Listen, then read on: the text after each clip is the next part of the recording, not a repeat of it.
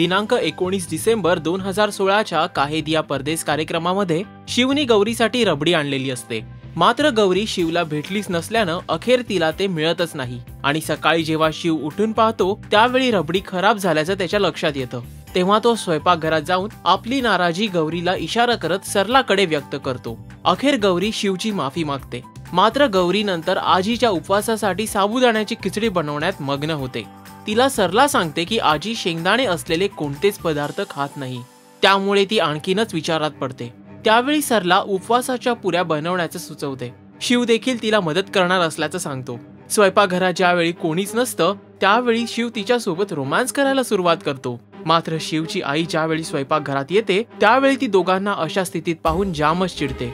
तसंच दोघांना आपल्या खोलीत बोलवून दम देत बजावते की यापुढे तुम्हाला आपल्या मनाप्रमाणे वागता येणार नाही आणि शिवला स्पष्ट करते की आंघोळ न करता तू स्वयंपाकघरात पाऊल ठेवायचं नाहीस।